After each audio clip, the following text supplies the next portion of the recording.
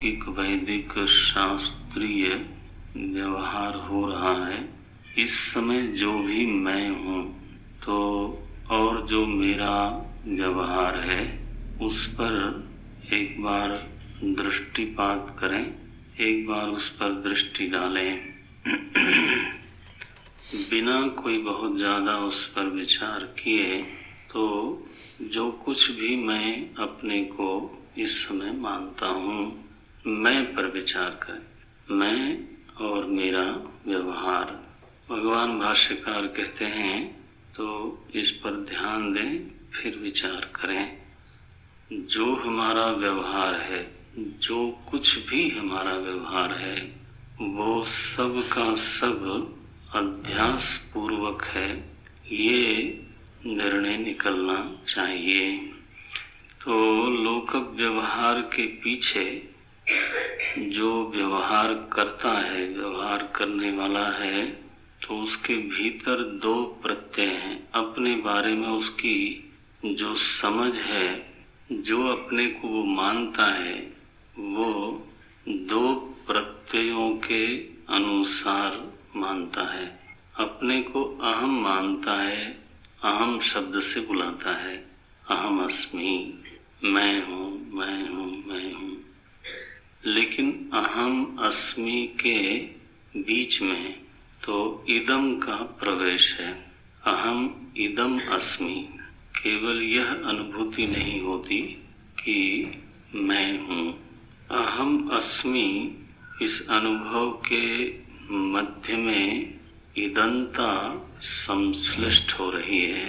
अहम मनुष्योस्मि, अहम धनवान अस्मि, विद्वान अस्मि, अहम ईश्वरः दीनः, सुखी अहम अस्मि। मने अहम अस्मि अकेले होता नहीं, अहम अस्मि में इदमता जरूर प्राप्त हो रही है। इसलिए यदि अपने बारे में कोई बात कही जाएगी तो क्या होगी? अहम इदम, ये मैं यह हूँ। अहम अस्मि ये अनुभव नहीं है, आज के दिन ये अनुभव नहीं है। अहम इदम, यही हमारा सबका अनुभव है। और इसी की मीमांसा की जाए तो एक वृत्ति और मिलती है, वो है मम इदम। माने जिन चीज़ों को लेकर के मेरी अहमता का स्वरूप बनता है, मेरी अहमता का निर्माण होता है, तो उन्हीं चीज़ों में ममता भी है। मेरी बुद्धि, मेरा शरीर, मेरे प्राण, मेरी इंद्रियां, फिर शरीर आदि के जो संबंधी हैं, उनकी जो क्रिया है उसके साथ भी मेरी क्रिया, तो मेरा ज्ञान, तो मेरी भावना, ये क्या हुआ?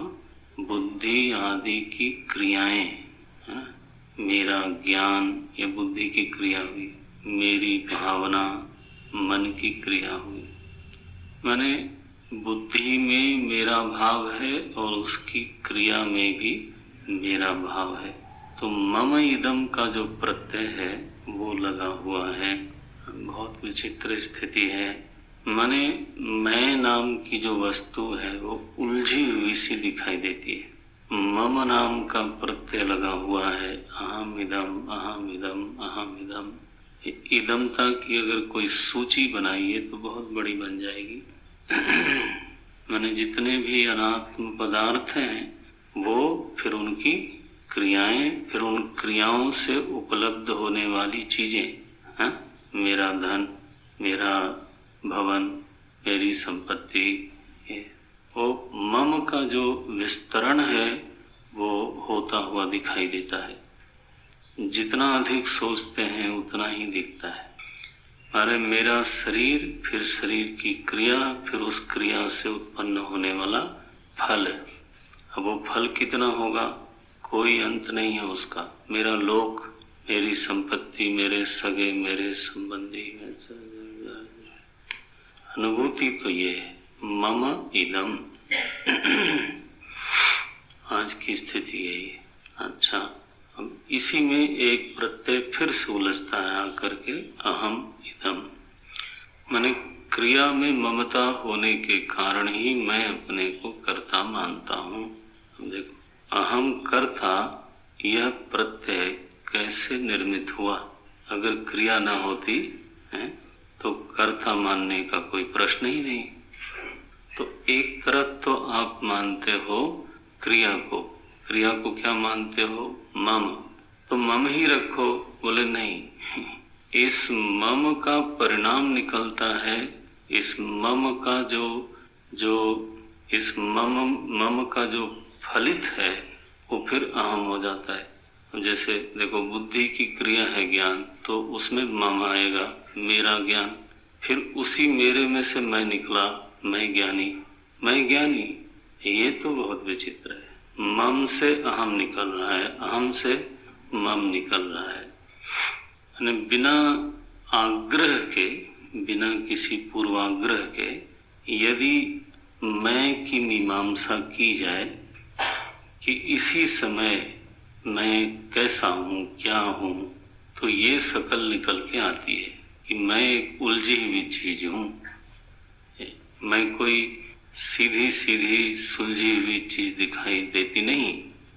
अजीबोगरीब हालत है और बहुत ही ज्यादा उलझाव दिखाई देता है। कभी कभी मन जो है वो बिल्कुल इसमें तड़प जाता है, जिसको बोलते हैं ये इतना उलझाव है, इसमें से क्या निकल रहा है कुछ समझ ही नहीं आती। मेरा शरीर मानने का ही परिणाम है मनुष्य हम। आप मेरा मत मानो शरीर को, फिर अहम बना के दिखाओ, हो ही नहीं सकता। तो किसमें से क्या निकलता? बिना अहम के मम हो सकता है? बोले वो तो दिखता नहीं। बिना मम के अहम हो सकता है? ये भी नहीं दिखता। एक दूसरे के उपपादक बन रहे हैं। मेरी भावना, मैं क्रोधी, ठीक है, मैं क्रोधी। इतनी बात तो बिल्कुल साफ कही जा सकती है कि जिसको मैं बोल रहा हूँ उसमें निरंतर दो प्रत्ययों का प्रवाह है, एक का नहीं दो का है, अहम इदम। माने बहुत उलझाव को एक बार जरूर देख लो आप अपनी बुद्धि में, और फिर एक सामान्य अंश को लेकर के विचार आरंभ करें। जो जटिलता है ना, उसको भी एक बार तो बुद्धि को उस जटिलता में फेंकना चाहिए। उसको महसूस कराओ कि कितनी उलझी हुई चीजें हैं, है ना। बुद्धि को ये एहसास तो होए, let her experience the complications, throw her in this complication. एक बार फेंको उसमें, लेकिन फिर उसी में उलझ करके मर न जाना। पॉइंट ये है, उसमें से थोड़ा फिर बाहर निकल आओ और फिर एक सामान्य अंश को लो। सामान्य अंश क्या बनेगा? दो प्रत्यय हमारे भीतर निरंतर हैं, जिसको मैं बोल रहा हूँ, दो प्रत्यय उसमें जरूर है। ममकार है, अहंकार है, और दोनों में इदमता शामिल है। बिना इदम के न अहम है न मम है। इतनी बात तो बिल्कुल स्वीकार करनी ही पड़ेगी। अहम की अनुभूति इदम निरपेक्ष होकर के नहीं हो रही है, और मम की भी अनुभूति इदम निरपेक्ष होकर के नहीं हो रही है। इतनी बात माननी पड़ेगी। बस ये स्थिति बनी। अब इसको लेकर के ही हमारा व्यवहार हो रहा है। पूछा गया कब से हो रहा है, तो भाष्यकार ने मदद करी। ध्यान रखना, मीमांसा मेरी है, ये आत्मविद्या है। ये तो हमें खुद इसको समझना है, अपने बारे में समझना है। शास्त्र तो प्रमाण है, और उसकी सहायता लेकर के प्रमा मुझे पानी है, तो वो कहते हैं नैसर्गिक अयम लोक व्यवहार। यह जो लोक व्यवहार चल रहा है ये नैसर्गिक है, और इन्हीं दो प्रत्ययों को लेकर के है। अहमिदम ममइदम नैसर्गिको अयम लोक व्यवहारः। ये पंक्ति है आखिरी की। लेकिन ध्यान रखना, ये निष्पत्ति है, ये निष्पत्ति भी है, और ये हमारा आधारभूत अनुभव है। आधारभूत का मतलब क्या? Basic experience. बेस में जो हमारी अनुभूति है वो इतनी ही है, नैसर्गिक तो नहीं है हमारी अनुभूति। तो केवल इतना लेना पड़ेगा, अहम इदम मम इदम लोक व्यवहारः। विचार से फलित होता है नैसर्गिक अयम लोक व्यवहारः, नैसर्गिक है ये अहम इदम और मम इदम। यह जो प्रत्यय है वो क्या है? भाष्यकार कहते हैं मिथ्या ज्ञान निमित्तः। यह जो प्रत्यय है ना यही लोक व्यवहार का निमित्त है, और ये मिथ्या ज्ञान है। ये ज्ञान नहीं है बल्कि मिथ्या है, अनुचित ज्ञान है। मिथ्या ज्ञान माने झूठा ज्ञान है। ये थोड़ा दूसरे ढंग से बात सोचिए। ये आत्मविद्या है, इस बात को समझे रखना। केवल आपको पंक्ति लगाने आ जाए वो अच्छी बात है, सुख है, वो कोई छोटी बात नहीं है, सब नहीं कर सकते। लेकिन ध्यान रखना कि वो तो एक एकेडमिक बात हो जाती है, उससे कोई आत्म कल्याण हो जाए वो आवश्यक नहीं है। वो जब तक वो विचार यहाँ जाके गांठ खोलते हुए दिखाई न दें, यहाँ लगना चाहिए, पंक्ति वहाँ लगनी चाहिए, विचार यहाँ लगने चाहिए। ऐसे विद्वान हैं जो शास्त्रों की एक एक पंक्ति, टीका की एक एक पंक्ति लगा सकते हैं। और मुझे स्मरण है कि महाराज जी के पास ही संपूर्णानंद यूनिवर्सिटी के वेदांत विभाग के अध्यक्ष, नाम देखो भूल रहा है, विभागाध्यक्ष, बहुत बड़े विद्वान माने जाते हैं विद्वानों में, अब पता नहीं शरीर है कि नहीं है। वो आके चरणों में बैठते थे महाराज। वो बोलते थे कि एक एक पंक्ति लगाई जा सकती है महाराज जी, लेकिन ये विद्या तो आपकी है, हम तो पंक्ति लगाते हैं, लेकिन ये विद्या तो आत्म मीमांसा है। अहम इदम कोई किताब की बात थोड़ो है, अहम इदम आपकी बात है, यहाँ से तो मदद लेनी है। उलझाव तो इधर है। सो अहम इदम मम इदम नैसर्गिको, क्या अमृत हो जाती हैं पंक्तियाँ जब हम इन पंक्तियों के प्रकाश में अपने को निहारते हैं। तो लगता है ऐसी मीमांसा कौन करे, माने मेरे ही बारे में ऐसी बात मुझको ही कौन बतावे, दूसरे के बारे में बतावे तो समझ में आता है। यहाँ स्थिति यह है कि मैं स्वयं अपने बारे में ये सब बातें नहीं जानता। अहम इदम मम इदम नैसर्गिको अयम लोक व्यवहारः। भाष्यकार से पूछा गया क्या है ये प्रत्यय? बोले झूठा है, इसको ज्ञान मत समझ लेना। अगर तुमको बहुत शौक है तो मैं ज्ञान शब्द बोलूंगा, लेकिन उसके साथ एक शब्द लगाऊंगा, मिथ्या। मिथ्या ज्ञान निमित्तः। बोले महाराज मिथ्या क्यों कह रहे हो आप इसको? यह प्रत्यय नैसर्गिक है, इसको मिथ्या क्यों बोलते हो? यही यथार्थ है, ऐसा क्यों नहीं बोलते हैं?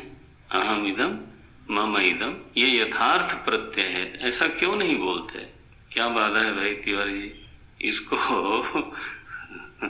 ज्ञान निमित्त बोलने में क्या दिक्कत है? प्रत्यय तो है ना, अहम इदम मम इदम। अब भाष्यकार को ये हठ क्यों है कि ये मिथ्या है, ये ज्ञान नहीं है? अनुचित दिखाई देता है। इस प्रत्यय में अनौचित्य है, तस्मात् एव मिथ्यात्वम। क्या अनौचित्य है? क्योंकि अहम है अस्मत् प्रत्यय गोचर, पीछे जाओ, इदम है युष्मत् प्रत्यय गोचर। आपकी अनुभूति क्या है? अहम इदम। एक अस्मत् प्रत्यय गोचर है, एक युष्मत् प्रत्यय गोचर है। दोनों एक विषय है, एक विषय है। दोनों में परस्पर अत्यंत विरोध है, अत्यंत विरुद्ध स्वभाव योः। हाँ, तो फिर इससे क्या हुआ? इससे ये हुआ कि इतरेतरा भाव इतरेतर भावानुपपत्ति। देखना इस पंक्ति को, ये जो आज हमारे हृदय में दो प्रत्यय बने हुए हैं ये अनुचित हैं, इसके लिए वही पंक्ति आती है। विरुद्ध स्वभावत्वात् हेतु बनेगा विरुद्ध स्वभावत्वात् इतरेतर भावानुपपत्ति। दृष्टांत क्या है? तमः प्रकाशवत्। वाह, खिल गई बात। तमः प्रकाशवत्। सो अनुपपत्तौ सिद्धायाम तद्धर्माणामपि सुतराम इतरेतर भावानुपपत्ति। सो धर्मों का भी इतरेतर भाव हो नहीं सकता, मैंने नहीं हो सकता, और आपके हृदय में है अहम इदम, इनका मेल, इनका इतरेतर भावापत्ति नहीं हो सकती प्रमाण से, विचार से। बोले नहीं हो सकती क्या? मेरे हृदय में है। तो जो अनुचित प्रतीति है उसी को मिथ्या बोलते हैं। ठीक है, आकाश रंग शून्य है इसलिए वह नीला नहीं हो सकता, लेकिन प्रतीति हो रही है। नीला हो रहा है सो नहीं, नीला प्रतीत हो रहा है। तो जब प्रतीति को अस्वीकार नहीं करना है, कर सकते नहीं, केवल इतना ही तय करना पड़ेगा कि वह जो प्रतीति है वो सत्य है या मिथ्या है। यदि अनुचित है तो मिथ्या है, यदि उचित है तो सत्य है। सिंपल। अहम इदम, यह जो प्रत्यय है वो प्रतीत नहीं होवे ऐसा तो है नहीं, प्रतीत तो यही हो रहा है। मम इदम, यह प्रत्यय प्रतीत नहीं हो रहा है ऐसा कौन बोलेगा? प्रतीत तो यही हो रहा है। यही सारे लोक व्यवहार का आधार है, नैसर्गिक है। लेकिन बिल्कुल असंभव प्रत्यय प्रतीत हो रहा है, इसलिए मिथ्या है। स्वप्न को मिथ्या कैसे सिद्ध किया आपने कारिका में? कि वो वहां प्रतीत हो रहा है जहां किसी तरीके से प्रतीति नहीं हो सकती। न देहे हस्ती अस्ति, देह में प्रपंच की प्रतीति हो रही है।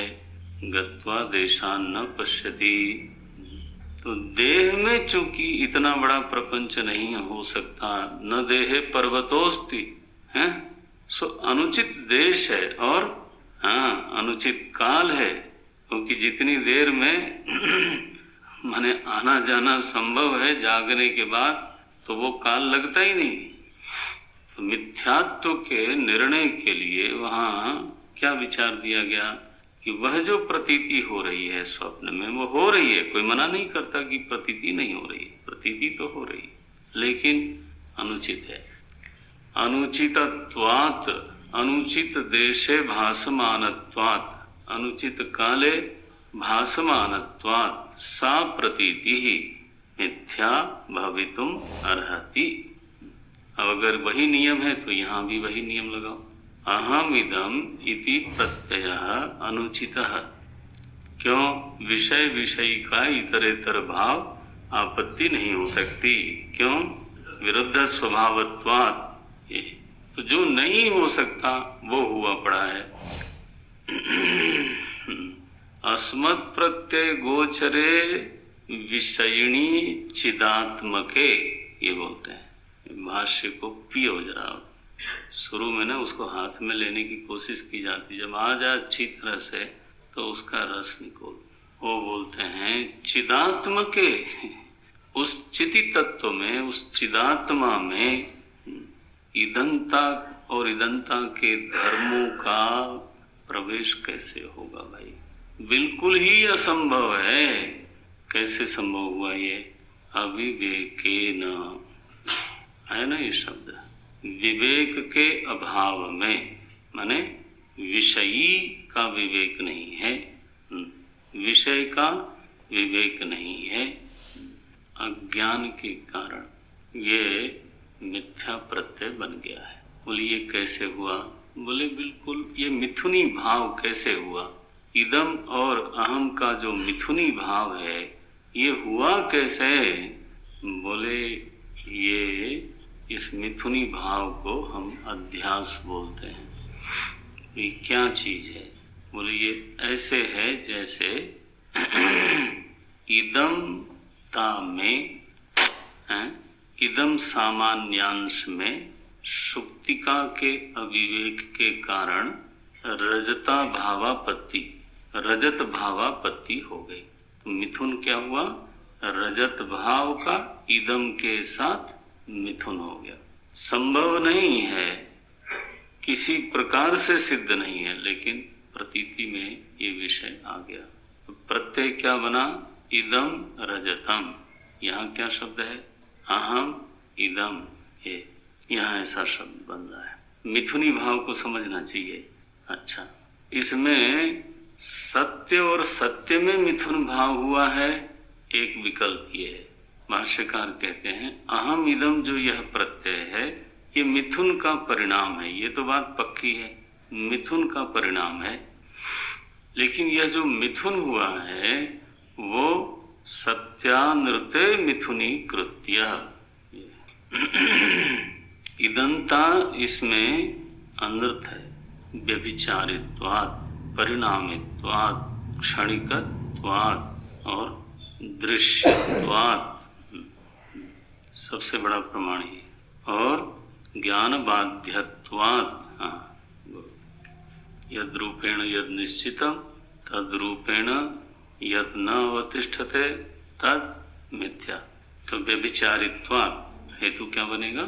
व्यभिचारित्वात्, परिणामित्वात्, विकारित्वात्, क्षणिकत्वात्, दृश्यत्वात्, ज्ञान बाध्यत्वात्।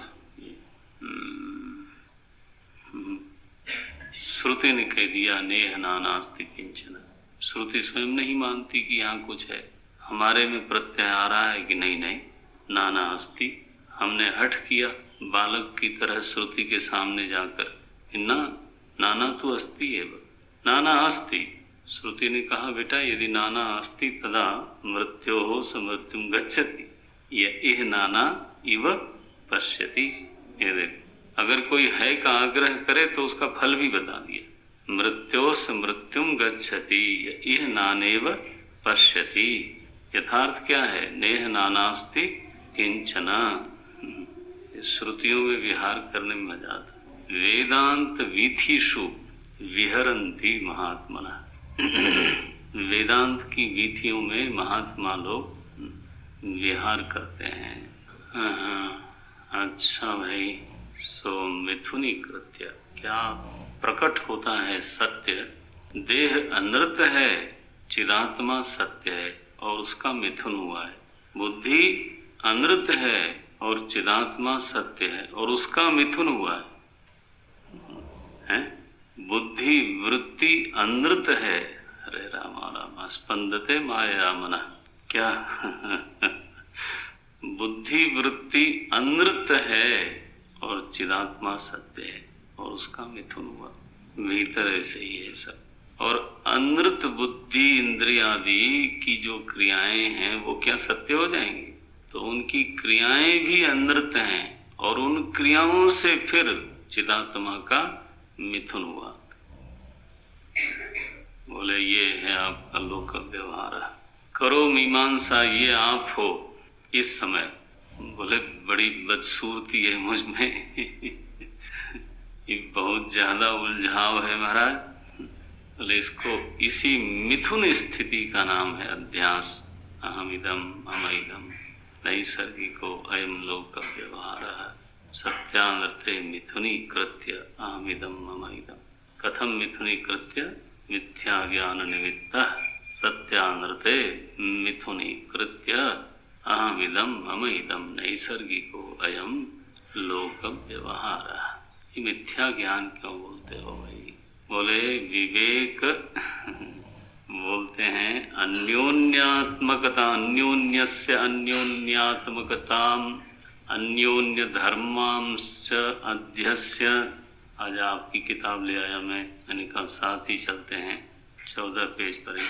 धर्मांश्च अध्यस्य इतरेतर अविवेकेन। कोई समझदारी से थोड़ो ये मिथुन होता है। इतरेतर अविवेकेन, इन दोनों का अविवेक होने के कारण अत्यंत विविक्तयोः धर्म धर्मिणोः मिथ्या ज्ञान निमित्त। नारायण नारायण। अविवेकेन अत्यंत विविक्तयोः धर्म धर्मिणोः मिथ्या ज्ञान निमित्तः सत्यानर्थे मिथुनी कृत्य अहमिदम इति प्रत्ययः निष्पन्नो भवति। मिथुनीकृत्य एव इति प्रत्ययः संपन्नः निष्पन्नः भवति। किमेतत् प्रत्ययः? मम इदम् अहमिदम् इति। कदा निष्पन्नो भवति? नैसर्गिको अयं लोक व्यवहारः। ये है धारा। भामतीकार कल में सुना रहा था टहलते से। भामतीकार बोलते हैं भगवान भाष्यकार की जो भाष्य है, भगवान भाष्यकार का जो भाष्य है वो गंग धारा है, और हमारी जो टीका है, हमारी जो भाषा है वो रथ्योदक है, गली में बहता हुआ जल है। आप उसको पनाला कह लो या फिर बरसात में जो गली में से पानी हो। भामतीकार बोलते हैं 9 साल में टीका लिखी थी उन्होंने, तो बोले भाष्य से युक्त होकर के मेरी वाणी भी पवित्र हो जाएगी। ये धारा देखो कैसी बहती है। पुनाति, ये भाष्य गंग धारा मेरी वाणी को भी पवित्र कर देगी। मैं तो ऐसे पीछे से आगे, आगे से पीछे जाने में भी मजा आता है। कहाँ से शुरू करें? अयम लोक व्यवहार, ये आपकी स्थिति है नैसर्गिका। अहमिदम मम इदम सत्यानृत मिथुनीकृत्य मिथ्या ज्ञान निमित्त अत्यंत विविक्तयोः धर्म धर्मिणोः मिथ्या ज्ञान निमित्तः। कथम मिथुनीकृत्य? अविवेकेन, करण विभक्ति वही है। इस मिथुन भाव का उपपादक कौन है? अविवेकेन। किसका अविवेक? अन्यस्य अन्योन्यात्मकताम अन्योन्य धर्मांश अध्यास्य। ऐसे पीछे जाओ। कोयम अध्यासो नाम आह। ये अध्यास क्या चीज है? बोले अध्यास क्या है? इदम रजतम की मीमांसा करो, पर खुद ही पता चल जाएगा। परत्र पूर्व दृष्टावभास अध्यास, पूर्व दृष्ट का दूसरे में अध्यास होना, दूसरे में प्रतीत होना अवभास है। तो वह जो दूसरे में प्रतीत होना है वो क्या है? बोले स्मृति रूप। तो अध्यास का रूप क्या है? स्मृति रूप। स्मृति रूपत्वात् मनोमय बना अंत है। स्मृति रूपत्वात् अंतस्थः मनोमयः संस्कारजन्य न तो प्रमाणजन्य। ऐसे बोलना चाहिए। हाँ, न तो बाह्य। चित्त दृश्य चित्त से व्यतिरिक्त नहीं है, यथा स्वप्ने। बस आ गया कि नहीं? स्मृति रूप कहते ही इतने सारे फलितार्थ प्रकट हो जाते हैं। वो जो रजत है वो बाह्य देश में प्रतीति होती है, लेकिन है वो बुद्धि देश में। निवृत्ति कहाँ होगी? बुद्धि देश में। अगर यही अध्यास का रूप निश्चित हो गया तो अहम इदम, यह जो अध्यास है, आत्मा में शरीर है, शरीर की प्रतीति हो रही है कि शरीर में आत्मा की प्रतीति हो रही है। आत्मा कहाँ है? बोले ब्रह्मरंध्र में होगा। नाना हृदय में है। ठीक, शरीर प्रधान है, आत्मा उसमें। एक हुआ ना। स्मृति रूप करो पहले इसको जरा। स्मृति रूप होते ही ये महाराज चले जाएंगे भीतर। और ज्ञान नहीं है, क्योंकि स्वयं में नहीं दिख रहा है, परत्र दिख रहा है। न स्वस्मिन अवभास, किंतु परत्र अवभास। परत्र अवभासमानत्वात् मिथ्या भ्रमः।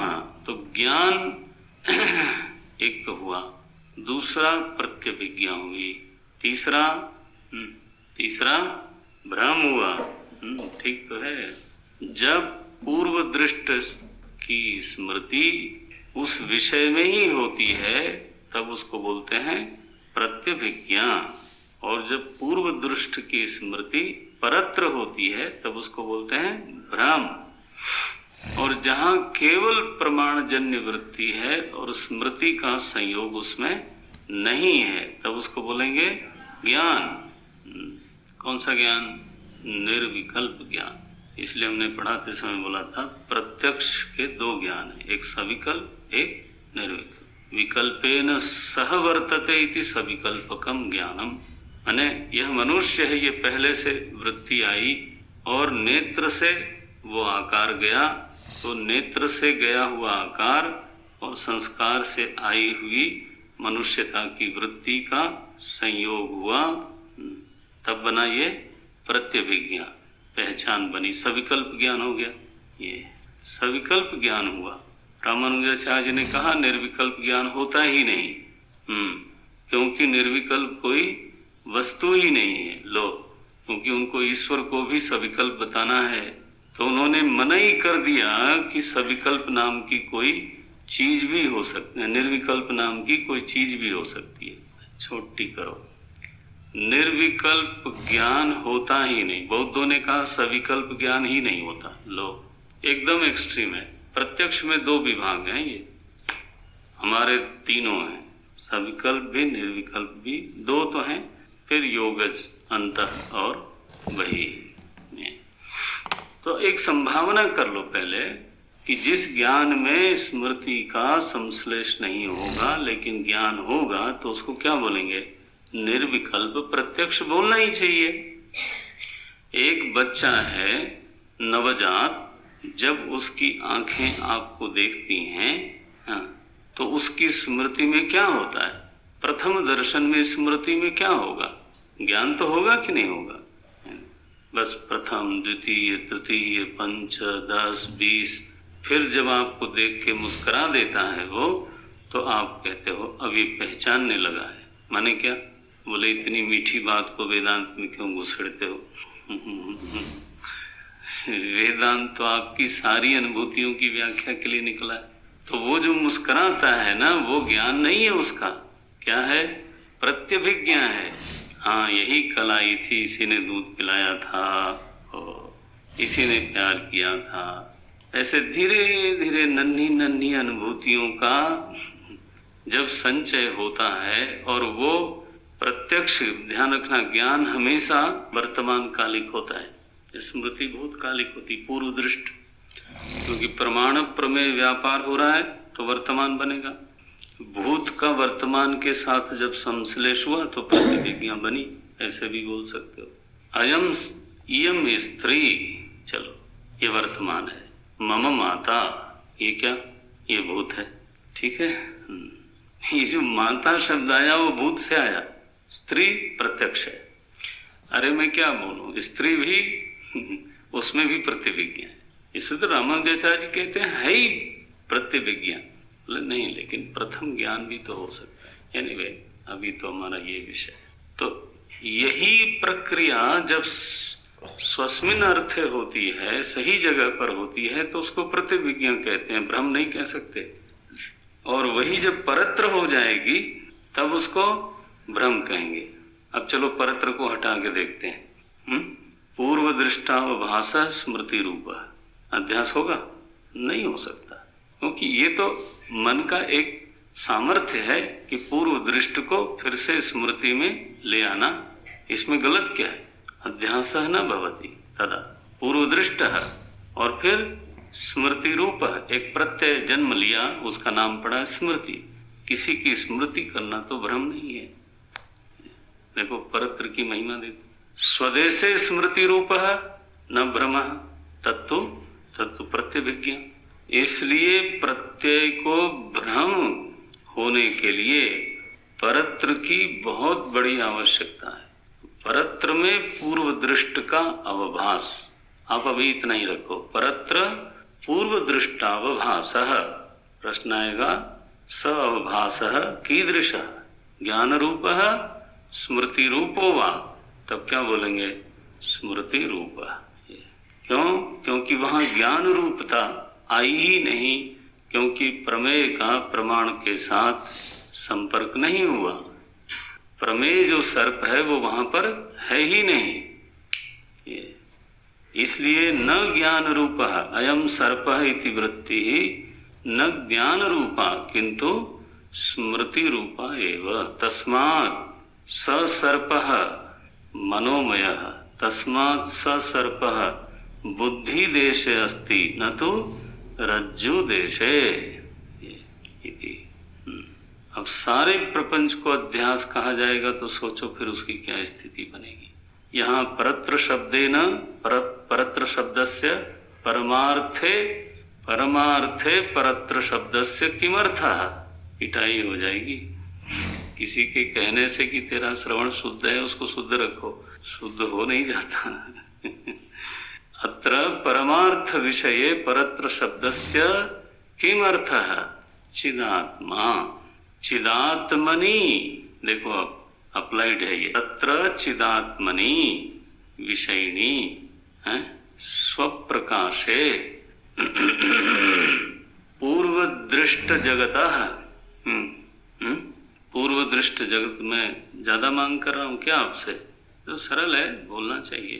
पूर्व दृष्ट जगतः अवभासः, तस्मात् जगत अवभासः कीदृशः, ज्ञान रूपः स्मृति रूपा वा, स्मृति रूपः, तस्मात् मनोमयः, जगदावभासः स्मृति रूपः, तस्मात् मनोमयः, तस्मात् बुद्धि देशे अस्ति न तो बुद्धि अपि जगदेव, तस्मात् चिद्देशे एव अस्ति पश्यन्नात्मनि, तस्मात् चिद्देशे एव अस्ति न तो बाह्य देशे, बाह्यः अपि जगदेव। ये बाह्यता और आंतरता क्या है, ये जगत नहीं है क्या, सर्वोपि जगत, सर्वमपि जगत अध्यास रूप, स्मृति रूप। कहाँ से आया, पूर्व दृष्टा, अनादि काल से पूर्व दृष्ट उत्तर उत्तर स्मृति का हेतु बनता है। तो परत्र शब्द से अर्थम किम, फिर से मारा वही चक्र चूड़ामणि, सावधान रहिए।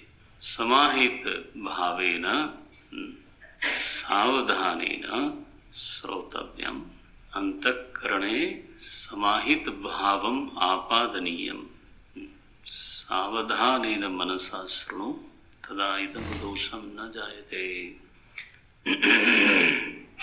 क्या बोलते हैं आप, परत्र शब्दस्य किमर्थः, चिदात्मा, चिदात्मा नहीं, मैं कोई और अर्थ खोज रहा हूँ। अहम, माम, मैं, आत्मनि पश्यन्, ये भी अर्थ असल में यही, ये भी शब्द हम नहीं खोज रहे थे, हम खोज रहे थे परत्र, माने मेरे मन में था परत्र अधिष्ठाने। परत्र शब्द का अर्थ क्या निकला, अधिष्ठाने, सप्तमी लगाना, ये तो अव्यय है, लेकिन जब आप उसका अर्थ अधिष्ठान करोगे तो सप्तमी लगाना, अधिष्ठाने। चिदात्मा करोगे तो चिदात्मनि। स्मृति रूपः परत्र चिदात्मनि अधिष्ठाने प्रत्यगात्मनि पूर्व दृष्ट जगद अवभासः, जगदावभासः, जगदवभासः, पूर्व दृष्ट जगत अवभासः अध्यासः। परत्र चिदात्मनि अधिष्ठाने अव्यक्तादि, अव्यक्तादि जगदवभासः, पूर्व दृष्ट अव्यक्तादि जगदवभासः स्मृति रूपः, तस्मात् अध्यासः। एवं बनाए वाक्य, बना लेते हैं, लिखो आप।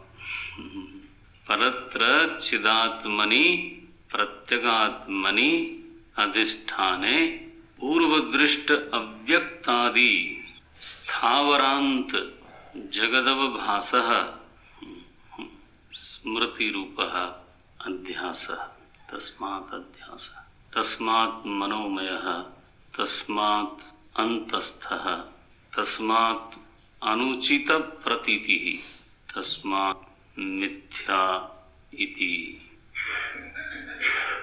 जब तक यह बोध न होवे, लोग कहते हैं जगत को क्यों मिथ्या बोलते हो, अनुचित देश में प्रतीत हो रहा है, परत्र का निश्चय करो, फिर मिथ्या तो बोलना ही पड़ेगा। जगत जगत में भास रहा है, अगर ऐसा लगेगा तो क्यों मिथ्या बोलोगे। मिथ्या कब होगा, वो जब परत्र होगा। जब तक परत्र का बोध न हो गए तब तक अयम अवभासः मिथ्या न भवितुमर्हति। तो जब ये बोध हुआ, अरे अस्मिन् अपरोक्षे चिदात्मनि स्वप्रकाशे अयम जगत अवभासते, अत्र अवभासः तु न उचितः, अस्मिन् आत्मनि अप्रदेशे आत्मनि, ठीक है। जिस आत्मा में कोई प्रदेश ही नहीं है, उस आत्म प्रदेश में है जगत भासता है, ये कैसे होगा? इसलिए परत्र के ज्ञान से जगन मिथ्या इति निश्चितम भवति। बस एक वाक्य में ये काम बन जाता है। उल्टा भी कर लो, जब तक परत्र का बोध न हुआ हो तब तक पूर्व दृष्ट अवभास भी नहीं लगेगा, स्मृति रूप भी नहीं लगेगा और अध्यास भी नहीं लगेगा। फिर क्या लगेगा? स्मृति रूप की जगह क्या लगता है? ज्ञान रूप। देखो अभी आज की अनुभूति यही है, जगत अवभासते तु किंतु ज्ञान रूप न तो स्मृति रूप। यदा ज्ञान रूप तदा परत्र का वार्ता। एक बार जब ये जगत ज्ञान रूप हो गया, स्मृति रूप नहीं रहा है, तो परत्र की वार्ता ही क्यों करनी? फिर तो सही जगह पर भास रहा है, इसलिए न अध्यासा, इसलिए न मिथ्या न भ्रमा। बस बिल्कुल ये पंक्ति आप घोंटिए। यदा इदम ज्ञातम भवति, अरे इदम जगत्तु अवभासते कुत्र चिदात्मनि अप्रदेशवती चिदात्मनि। चलो ऐसे बोले, अप्रदेशवती चिदात्मनि इदम जगत अवभासते तत्र अवभासनं तु न उचितम तस्मात् स्मृति रूप न तो ज्ञान रूप तस्मात् अध्यास रूपमिदं जगत तस्मात् मिथ्या। तस्मात् एक एव चिदात्मा अस्ति अद्वितीयः तस्य प्रतियोगी एव नास्ति नेहना नास्ति किंचन। हो गया। तस्मात् स आत्मा स विज्ञेयः प्रपंचोपशमः। हो गया ना, प्रपंच का उपशम। ये है अधिष्ठान ज्ञान से अध्यास का बाद। अधिष्ठान कौन है? परत्र। इसको जोड़े रखना। प्रपंचोपशमः एकात्म प्रत्यय सारः शांतः शिवम शांतम शिवम अद्वैतम चतुर्थम। अद्वैतम तदा ज्ञातम भवति, अद्वैतम चतुर्थम मन्यन्ते स आत्मा स अद्वितीय आत्मा विज्ञेयः। अहम इदम इति रूपः आत्मा न विज्ञेयः। इदम तो नैसर्गिकः अयं लोक व्यवहार ज्ञातम एव। ज्ञातम अथवा भ्रमितम इति निश्चेतव्यम। बोल दिया उन्होंने, मालिक साहब ने जो बोलना था। बोले ये दूसरे लोग तो ऐसा नहीं मानते अध्यास का लक्षण जो आपने कहा है। परत स्मृति रूप परत्र पूर्व दृष्टावभासः, 3 शब्द आपने दिया। दूसरे लोग भी अध्यास को तो मानते हैं, लेकिन उनकी ऐसी व्याख्या नहीं है। क्या है उनकी व्याख्या? बोले तम केचित। वो कुछ लोग ऐसा मानते हैं, हमको कोई उसमें दिक्कत नहीं है। हम नहीं जानते ऐसा नहीं है, हम जानते हैं कि उन लोगों के अध्यास की परिभाषा क्या है, तो वो हम सुना देते हैं आपको, और हमें उसमें कोई समस्या नहीं दिखाई देती। तम केचित अन्यत्र अन्य धर्माध्यासः इति वदन्ति। अब देखो, अध्यास माने रजत बुद्धि। इदम में रजत बुद्धि, इदम रजतम। ये जो रजत ज्ञान हो रहा है, अथवा विचार से पता चलेगा ये भ्रम था, विचार से पता चलेगा ये स्मृति रूप थी। लेकिन शुरू में तो क्या कहेंगे? रजत का ज्ञान हो रहा है। तो यह जो रजत की इदम में प्रतीति है, ध्यान देना, इदम में रजत की जो प्रतीति है वो क्या है? यह प्रश्न करने पर जब अलग अलग दार्शनिक लोग उत्तर देते हैं तो उसको बोलते हैं ख्याति। क्या बोलते हैं? ख्याति। ऐसे प्रश्न बना लो, अयम अध्यास किम? यह रजत रूप जो अध्यास है ये क्या है? अध्यास का आपके मत में लक्षण क्या है? अयम अध्यास किम? तो जब कहेंगे ना तो उसको बोला जाता है ख्याति। ख्या माने कहना, बस। इस शब्द को समझे रहना, कोई बहुत बड़ी तोप नहीं है, इसको आसान सी बात है, उसका अर्थ जान लेना बस। पंच ख्यातया, 5 ख्यातियां प्रसिद्ध।